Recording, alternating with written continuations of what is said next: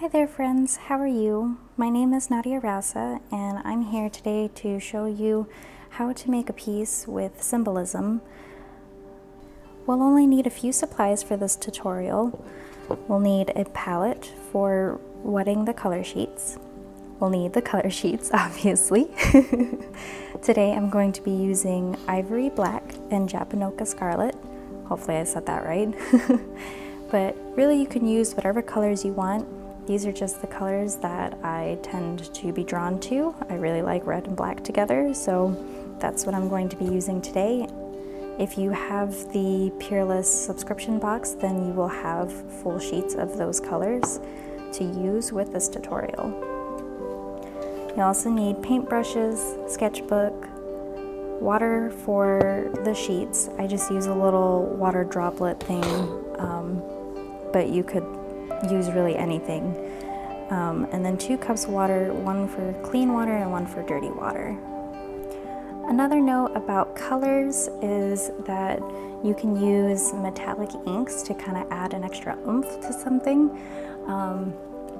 I usually like to use metallic gold, but I wanted to use solely what was in the subscription box so that you had everything at your hands, at your disposal to be able to follow the tutorial. So today I'm just going to be using the 2 colors of Ivory Black and Japanocha Scarlet. Okay, let's get started. I don't want this tutorial to be super long because it is focusing more on the characterization and symbolism of what you're making, less on the actual painting itself, though I will show you that as well. So real quick, I'll show you. I like to start off with ideas. So as you can see here, I did 2 different thumbnails. The meaning behind them is the same, but they are quite different. They both have very similar symbolism though, so that I can get the same story across depending on which one that I would have gone with, which I did go with this one because we are using 2 colors for this, so I wanted to really play with the silhouettes of things. When using 2 colors, it can be really difficult to do more detailed pieces, so that's why I went with the simpler one. It's kind of hard to see in the thumbnail, but there is a bird, and to me this one isn't a raven, this is more like a swallow, but it's still, anytime that I see birds outside, I just get really just awestruck.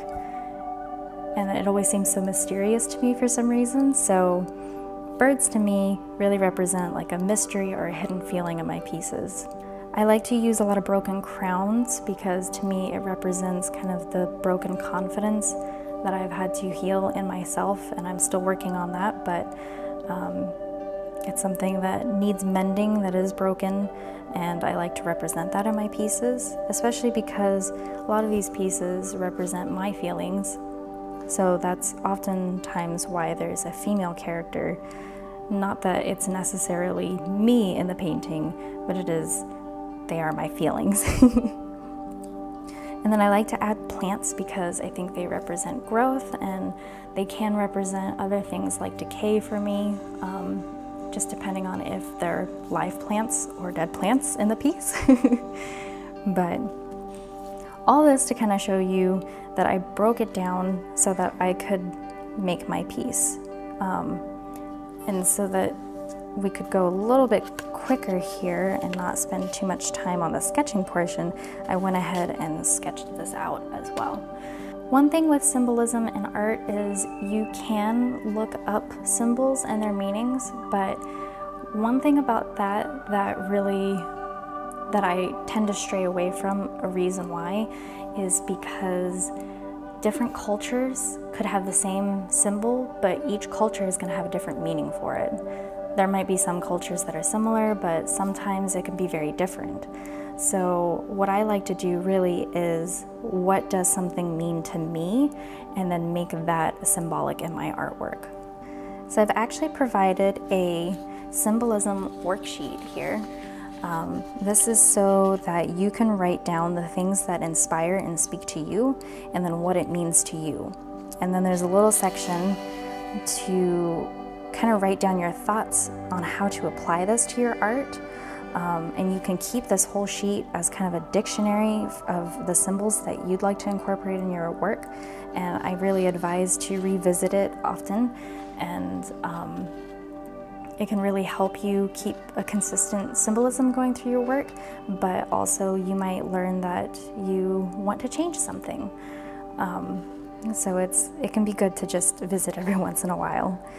But this will be available for a download in the description, and you can use that and print it as many times as you want and do it however many times that you want. And I hope it's helpful and that you enjoy it. Okay, so again, here is the sketch. You can follow along if you'd like to do the same piece, but I really encourage you to come up with your own piece and your own symbolism. I think you're going to get a lot more out of it that way, and I think it will be a lot more fun too than maybe just copying my piece, because it might not mean the same thing for you that it does for me.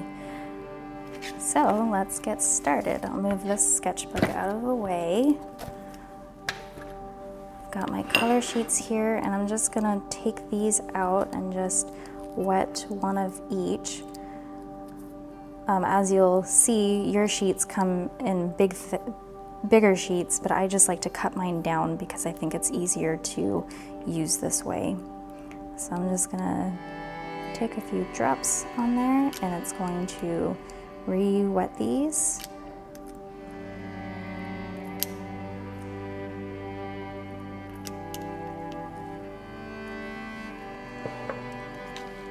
Sorry, that was a little out of frame there. But see, it's re-wetting very nicely. And then I have my 2 water cups here. I like to have 2 because if you only have 1, then that cup can get really dirty, the water can, and then it muddies up your colors in your paintings. But if you only have 1 cup, it's not a big deal. You can make it work for sure.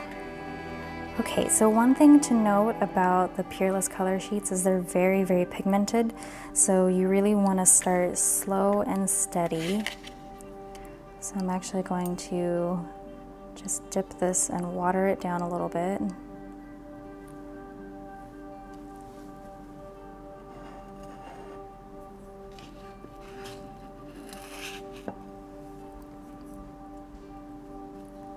And then I'm going to start painting her face.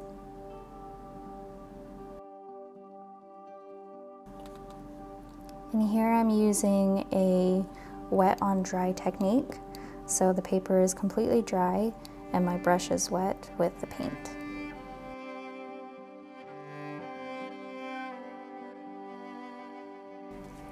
Then we're going to let that layer dry. Just wash off my brush. Okay, feels like that's dry. For the background, I really want a super saturated red here. So I'm going to be dipping directly into this sheet. And it just makes a beautiful, beautiful tone here.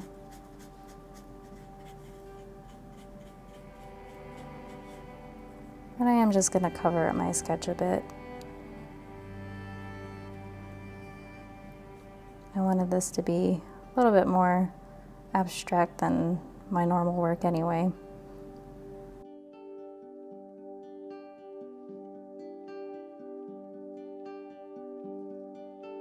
And here, I'm not actually going to let this dry because I actually want the black to bleed out into the red here. So after I finish this,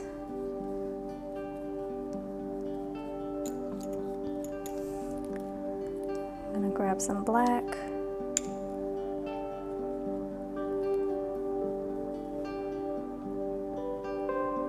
Which my red did get in there quite a bit, but it's okay.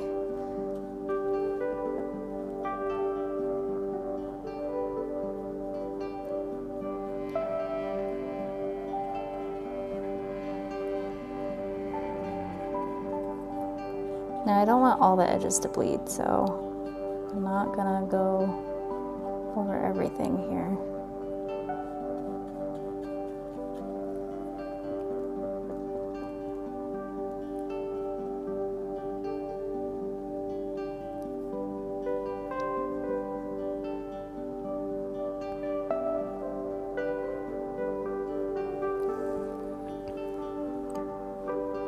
My desk is tilted, so that's why it's kind of pulling up at the bottom here. Whoops.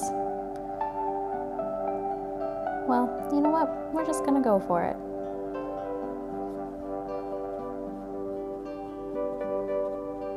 We'll fix it up here in a minute.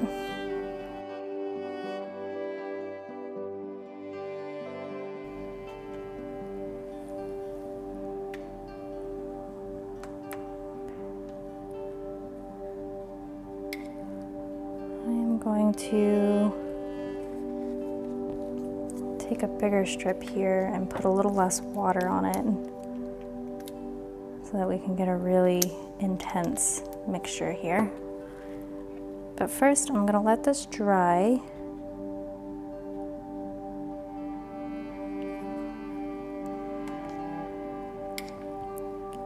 And you can use a heat gun or a blow dryer to make it dry quicker too if you'd like. It's a trick that I like to use. Really dig into this black here. So we get a nice, deep, rich black. And the ivory black is a warm black, which I really like because it kind of gives it a somewhat vintagey feel almost to me. So I really enjoy it.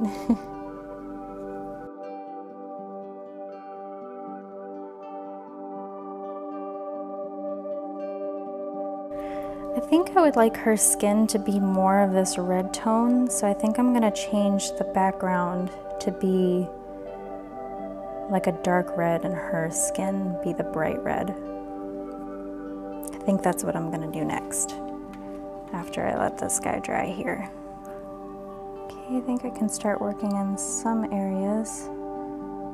So I'm just gonna mix these two here.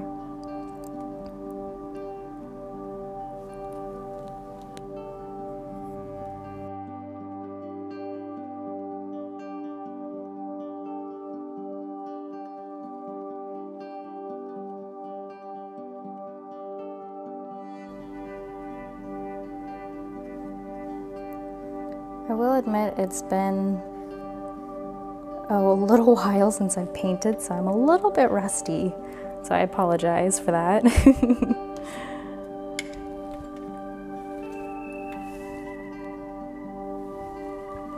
Okay, we're getting a really nice deep red there, and it's starting to granulate a little bit. Oh, that's exciting. Okay, we're gonna let that dry. Then I think I want to redden up her skin tone. It's a little pink right now for my taste. And then we'll go from there. Okay, we've got that all dried up. So I'm gonna work on her skin a little bit more.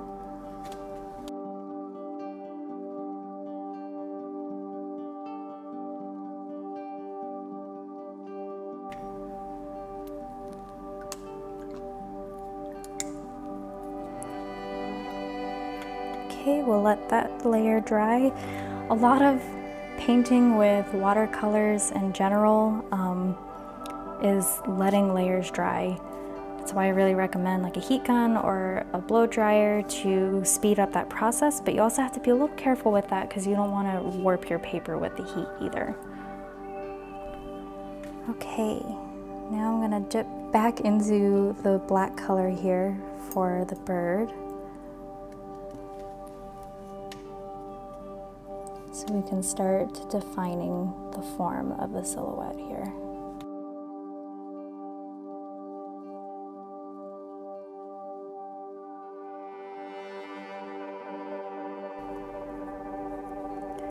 Okay, while that's drying, I'm going to get another ivory black ready, but I'm going to water this one down more. Although I probably shouldn't do it with the red paint right there.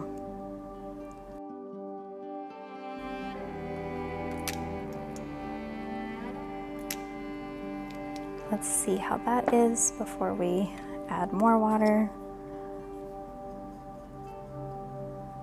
I'll just test it on the other side. Okay, yeah, that's a good shade. Now I want this for the hair.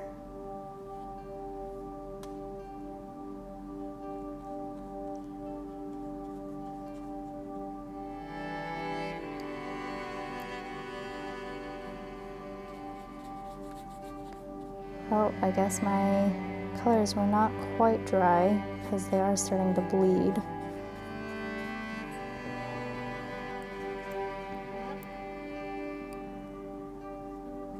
Live and learn, right?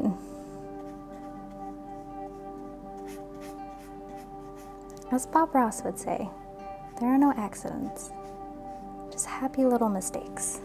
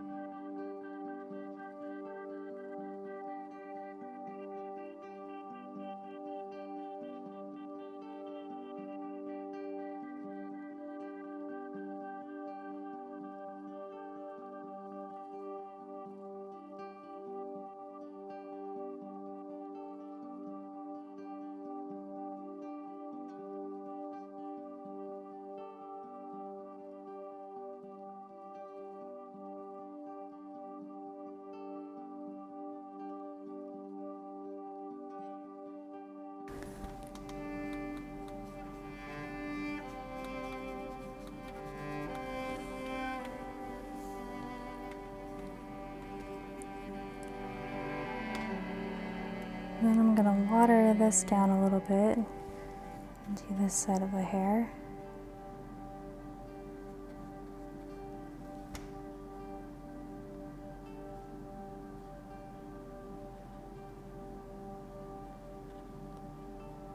I don't mind if it bleeds into the other hair here.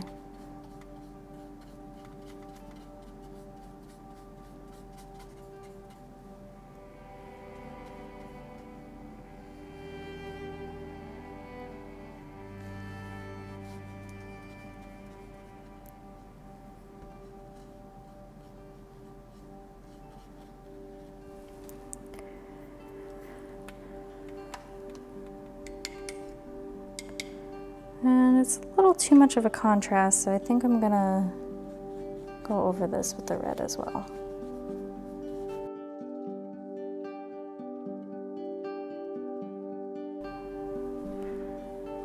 And we're just gonna let this dry before we continue on. Okay, I know I had the leaves kind of up here, but I think I'm changing my mind on that too. We're gonna use another pure sheet here, not watering it down too much.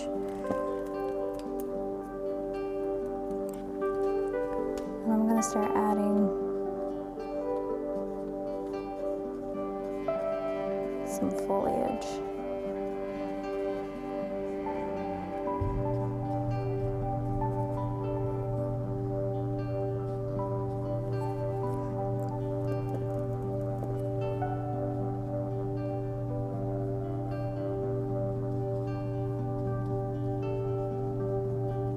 And we'll go back over this and add more depth too. This is just our first layer.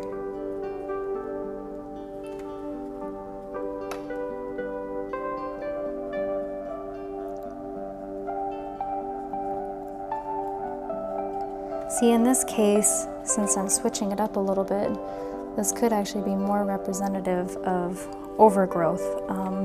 So kind of being burdened by something. Not everybody would interpret it that way, but now that I'm looking at it, that is kind of how I've been feeling, as a little overwhelmed, so this makes sense.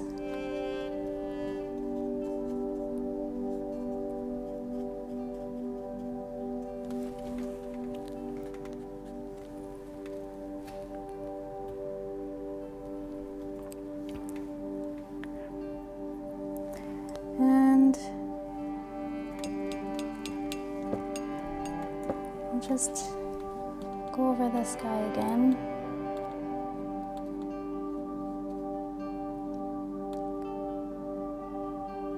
Again, I'm a little rusty with the painting right now, so thank you for your patience as I kind of experiment and get the hang of this again.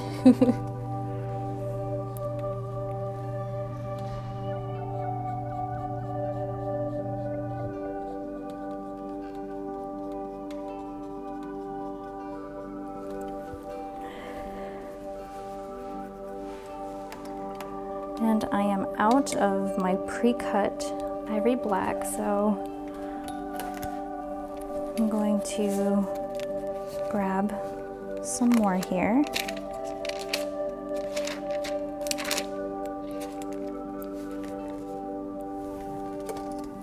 Just gonna cut.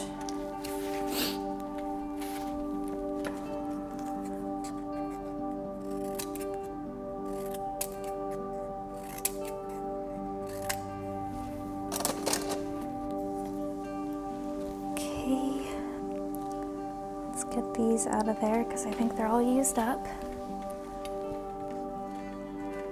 I'm gonna add another sheet in there because I'd like to get the crown in there next, since the background should be dry now. I may have watered that down too much. That's okay, we can always add another strip in there. So obviously my sketch is gone because I painted over it. So I'm just gonna kind of wing it.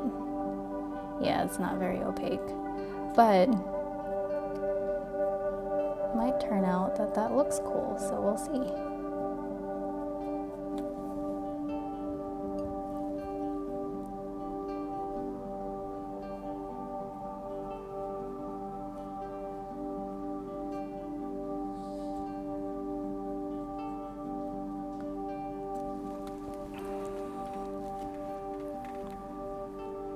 Actually, I think I like that better than what the black would have looked like. I'll just darken it up a little bit. But I like that red peeking through like that. Got a little heavy with my black here. You can use your brush to kind of soak a color up if you don't really like the placement of it. Now these are permanent colors, so you can't really lift it like you could with some watercolors, but it's still possible a little bit while it's wet. Let's add kind of a shadow here. I think that will add some nice depth to it.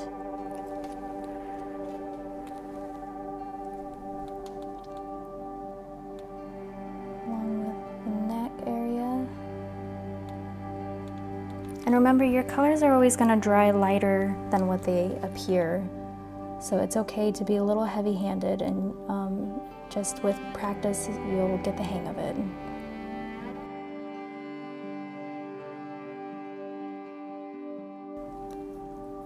And let's get this color and kind of define our hairline here.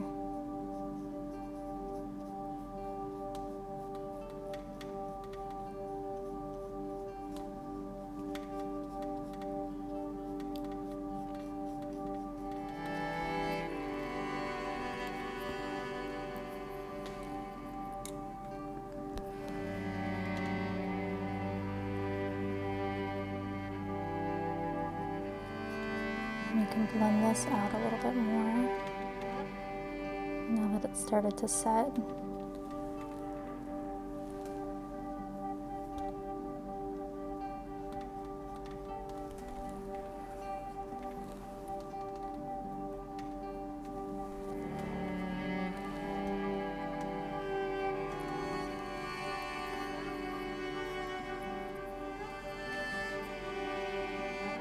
The face still turned out a little pinker than I wanted, but at this point there's not much I can do to fix that, but that's okay because I'm just working in a sketchbook, I'm just having fun, and I hope you can do the same thing with your sketchbook.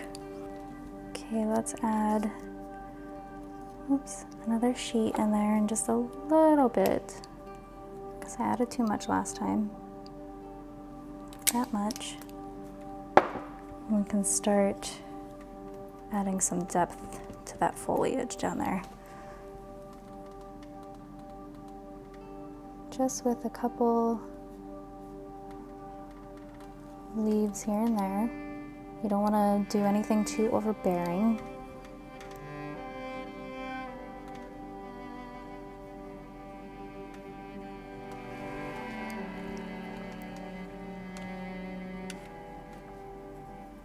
And we can kind of blend it out a little bit if we want.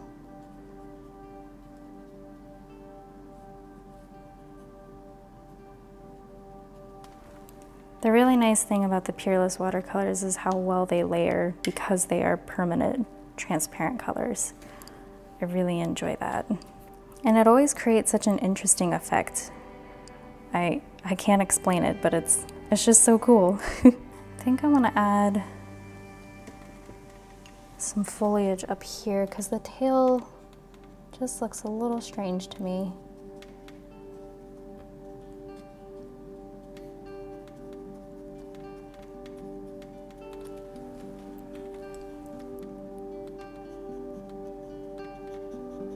We'll just kind of lift it up in there.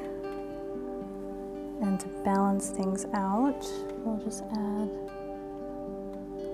a little bit here, like was in the sketch.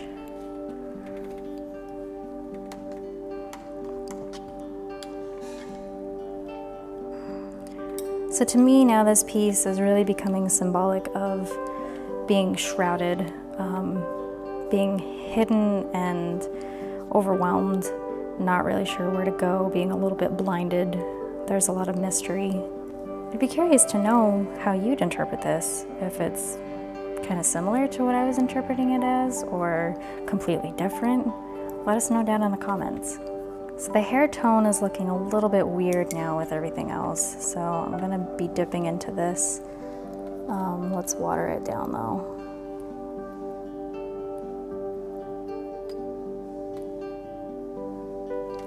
And then we can kind of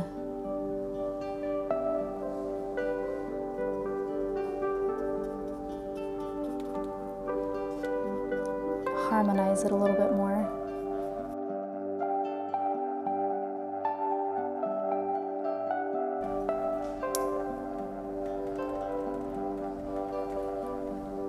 And maybe another layer on this bird here.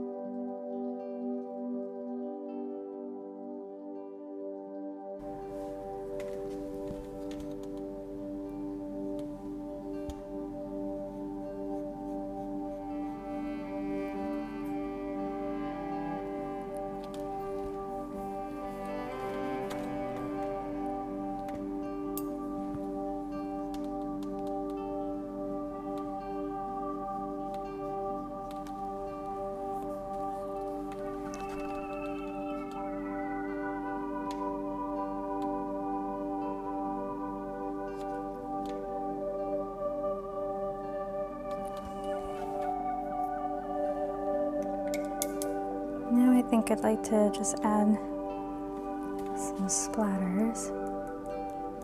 Give the piece a little bit more texture because it's looking a little flat right now.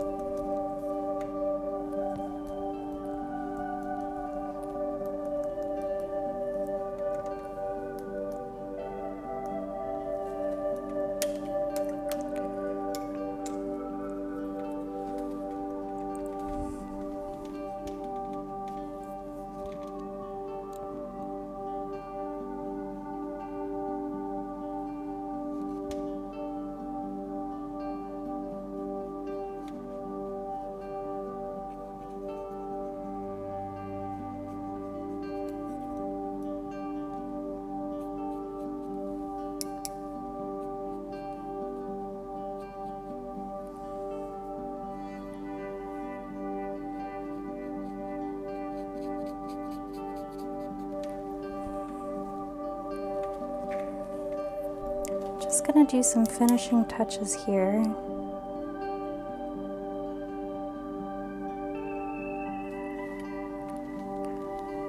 Add some more depth to the hair.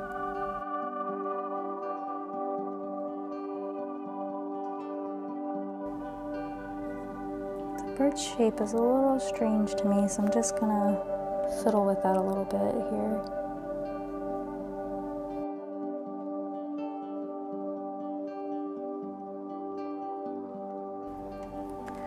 I think there needs to be some more separation here. So I'm just gonna go around it real quick.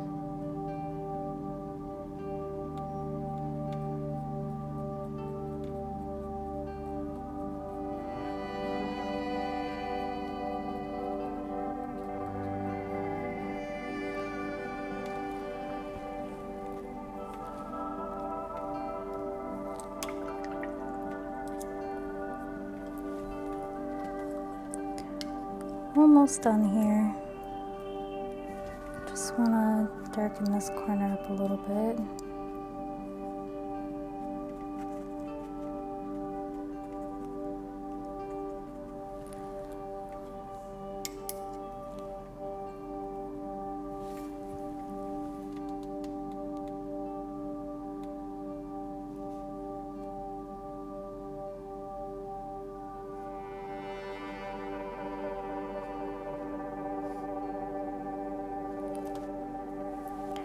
And we're done. Don't forget to share your piece if you make one and tag Peerless at Peerless Watercolors, and you can tag me as well at Nadia Rausa. I'd love to see, and I know that the Peerless Color Labs would love to see as well. I hope you enjoy the Symbolism worksheet and can kind of get your dictionary together of the symbols that you'd like to use in your art. And I hope that you can enjoy this whole process of just painting in a sketchbook with watercolors that are really fun to work with and very unique. And I hope you have a fantastic rest of your day. Thanks for watching, and we'll talk to you later. Bye.